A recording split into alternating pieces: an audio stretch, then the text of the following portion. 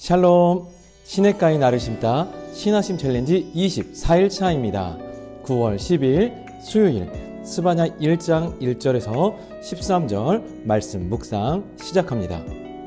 혹시 이 정도 죄는 괜찮아, 하나님은 사랑이시니까 다 용서하실 거야 라는 생각에 빠져 죄에 대해 무감각해진 적은 없습니까? 하나님의 침묵은 결코 죄를 용납하시는 것이 아닙니다. 오히려 그 침묵은 회개의 기회를 주시는 하나님의 은혜의 시간일 수 있습니다. 우리의 안일함과 하나님의 침묵이 마치 하나님께서 우리의 죄를 용납하고 계신다는 착각을 불러일으킬 때가 있습니다. 종종 그렇습니다. 오늘 우리가 나눌 스바냐 선지자는 바로 그 영적인 착각에 빠진 시대를 향하여서 하나님의 메시지를 선포했습니다. 그는 히스기야의 4대 손, 즉 왕족이었습니다.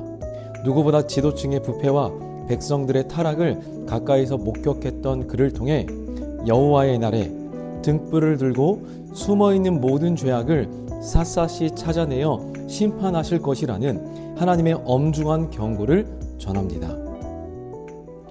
하나님의 심판의 메시지는 처음부터 강력하게 선포됩니다. 2절과 3절의 일부를 보시면 내가 땅 위에서 모든 것을 진멸하리라. 내가 사람과 짐승을 진멸하고 악인들과 거치게 하는 것들을 함께 멸절하리라. 거치게 하는 것은 넘어지게 하는 것인데 넘어지게 하는 것은 무엇입니까? 우상입니다. 우리를 넘어지게 하는 우상까지 뿌리 뽑으시겠다라고 하는 완전한 심판을 선언하고 있습니다. 그 심판의 대상은 구체적으로 그렇다면 어떤 존재인지 4절부터 그 명단이 나열됩니다. 풍요를 약속하는 바알과 그를 섬기던 남은 자들, 우상을 섬기기 위해 임명된 제사장인 그마림, 지붕에서 하늘의 뭇별에게 경배하고 소원을 비는 자들, 그리고 여호와께 경배하면서도 동시에 모압의 신이었던 말감, 밀곰이라고도 불리는 인신제사의 신, 그들에게 맹세하는 자들입니다. 스바냐는 또한 하나님을 배반하고 따르지 않는 자들, 그리고 하나님을 찾지도 구하지도 아니한 자들을 그 심판의 대상으로 지목하고 있습니다. 지금 이 세상은 어떻습니까? 여전히 사람들은 눈에 보이는 풍요를 쫓습니다. 영적인 일에 관심이 없는 사람들이 여전히 태반입니다. 그 풍요로움을 추구하는 세상의 흐름과 문화에 교회도 우리 크리스찬들도 함께 휩쓸려 가고 있지는 않습니까? 이런 세상을 향해 스바냐는 선포합니다. 적극적인 우상 숭배든 소극적인 영적 무관심이든 모두가 하나님의 심판의 대상이라고 말하고 있습니다. 심지어 8절과 9절은 그 심판이 지도층에게도 예외가 없음을 보여줍니다. 하나님께서는 방백들과 왕자들과 이방인의 옷을 입은 자들을 벌하실 것입니다. 이들은 하나님의 백성이라는 정체성을 버리고 그 표현이 이방인의 옷을 입었다라는 거죠. 강대국의 타락한 문화를 자랑스럽게 따르던 자들입니다. 또한 문턱을 뛰어넘어 포악과 거짓을 자기 주인의 집에 채운 자들, 즉 이방의 미신을 따르면서 백성들을 착취하던 타락한 관리들도 심판을 피할 수 없습니다.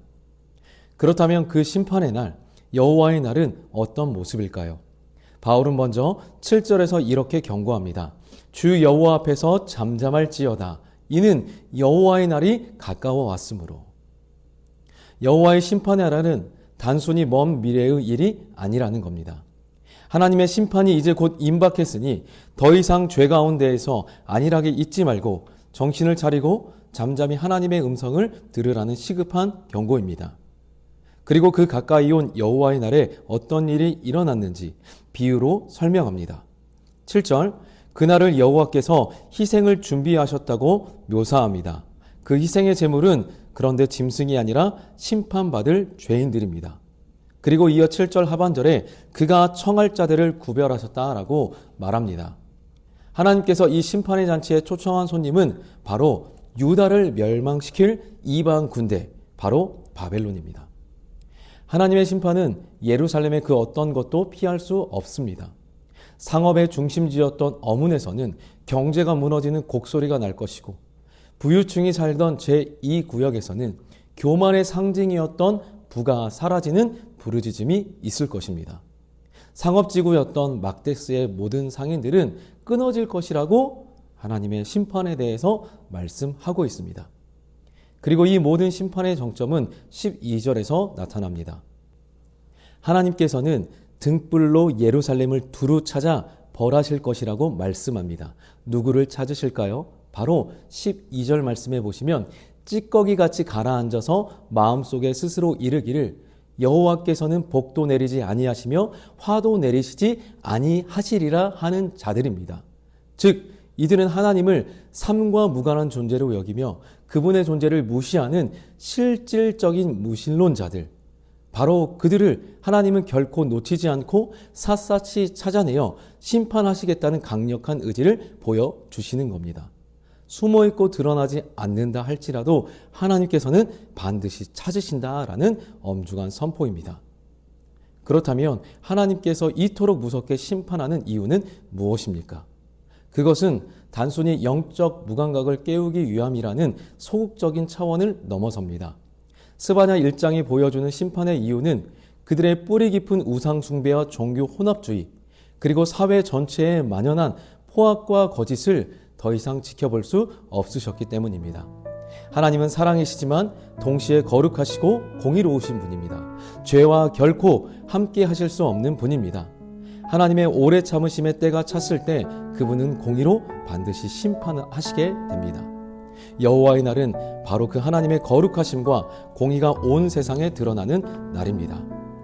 이 무서운 심판의 경고는 1차적으로 심판 그 자체를 위함입니다.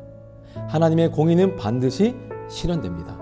하지만 그럼과 동시에 심판의 경고는 오늘을 살아가는 우리에게는 회개하고 돌아갈 기회가 됩니다. 심판하시기 전에 우리가 먼저 우리 자신을 말씀의 등불 앞에 비추어 보라는 주님의 초대입니다. 그 초대에 우리가 이렇게 반응해 봅시다. 하나님, 제 마음속을 등불로 비춰주십시오. 제가 찌꺼기처럼 가라앉아 하나님을 무시하며 외면하며 살았던 영역은 어디입니까? 제 삶의 주인 노릇하던 죄는 무엇입니까? 여러분, 이 기도, 이 질문은 고통스러울 수 있습니다. 외면하고 싶을 수 있어요. 나의 죄를 직면하는 것은 참 아픈 일입니다. 하지만 기억합시다. 이 기도는 결코 절망으로 끝나지 않습니다. 우리가 정직하게 우리의 죄를 자백할 때 하나님께서는 심판이 아닌 긍휼로 우리를 만나주시기 때문입니다.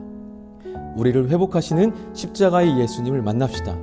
그분 앞에 순전하고 있는 모습 그대로 나아갈 때 우리를 받으시는 그분의 사랑을 붙드시는 우리 밝음동이 되기를 소망합니다. 오늘 하루도 승리하시고 하나님의 함께하심과 동행하시는 그분 앞에 그분을 소망하는 여러분들 될 수 있기를 간절히 축복하고 소망합니다.